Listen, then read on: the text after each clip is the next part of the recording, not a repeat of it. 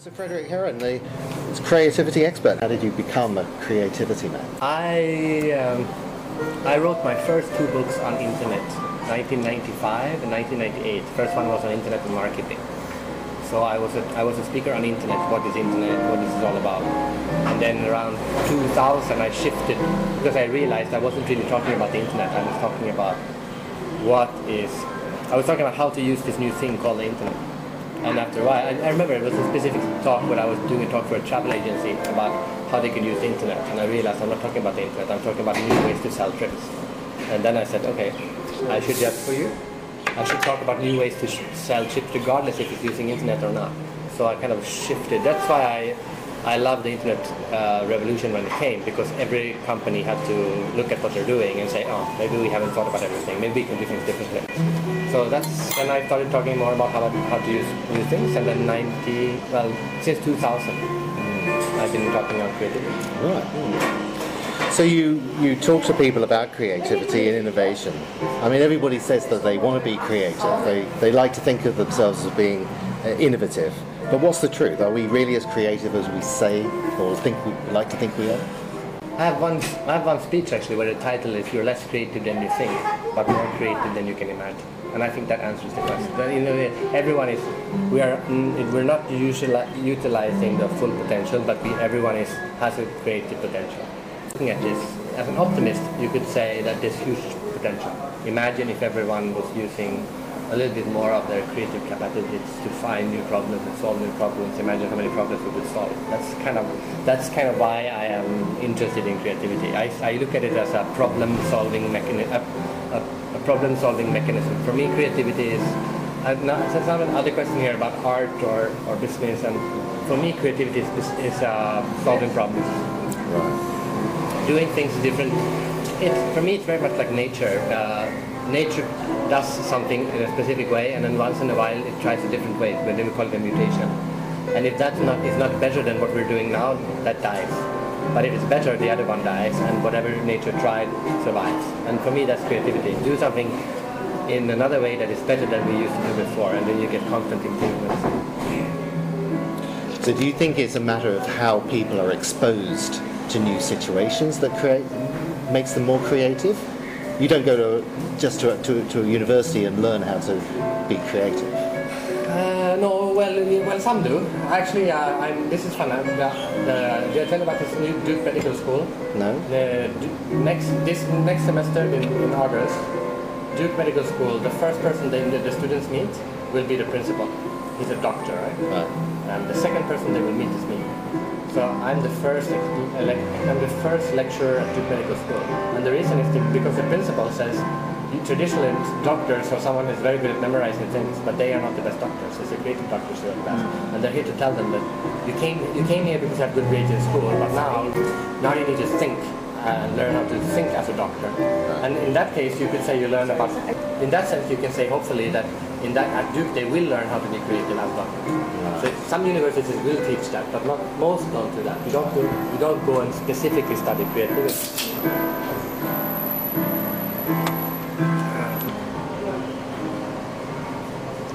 So I answered one question, but the question was actually something else. That's right. So with the rise of technology, is this fueling or starving? That's my favorite question. That was a really good question, and it's one I've never had before, which is unusual. I think it's. I absolutely think it's something creative. Absolutely.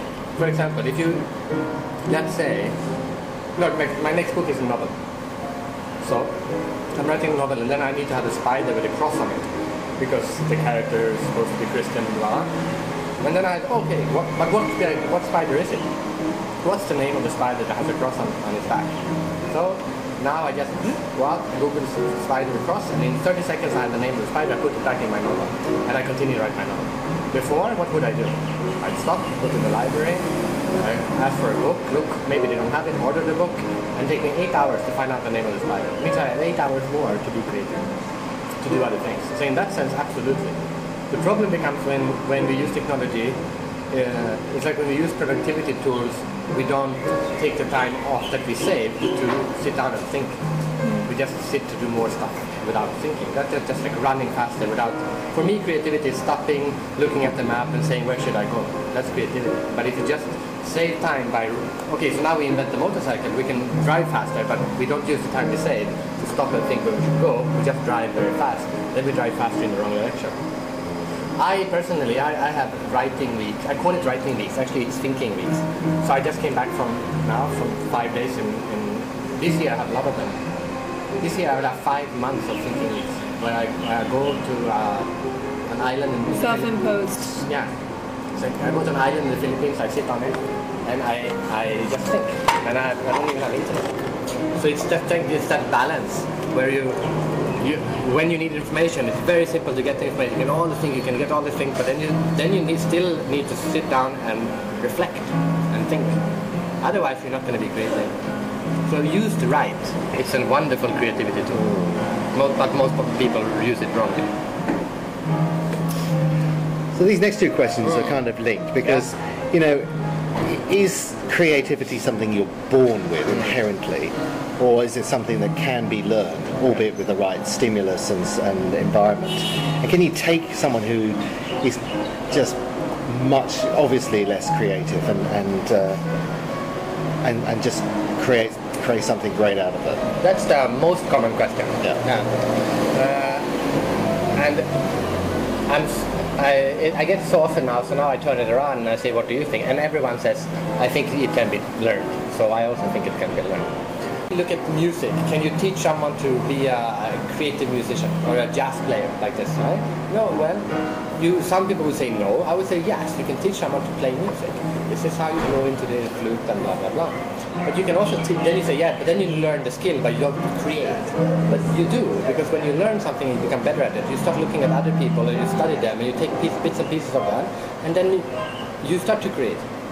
Now, a good teacher will inspire you to do things in a creative way. So, in a way, you teach creativity by inspiring creativity. So you have to be a creative teacher in order to. Otherwise, you will get like this. What is that? Dragon Mom. The book about this Chinese mom that came out.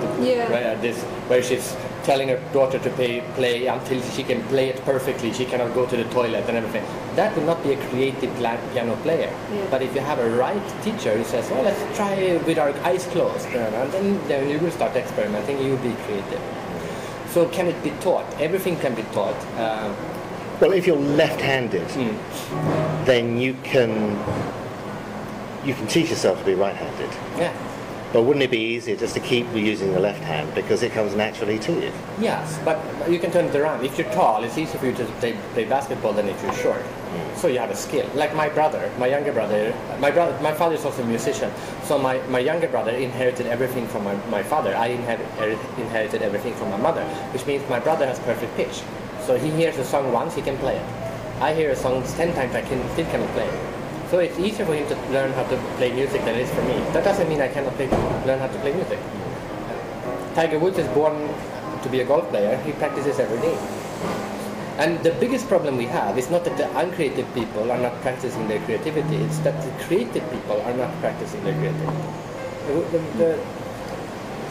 The architects, the designers, the artists, they take their creativity for granted. When I do creativity talks, the most depressing group to do it for is the advertisers, and the people who fall into the traps that I have is the advertising people. They take it for granted. Oh, this is simple. I can do this with my eyes closed, and they don't try.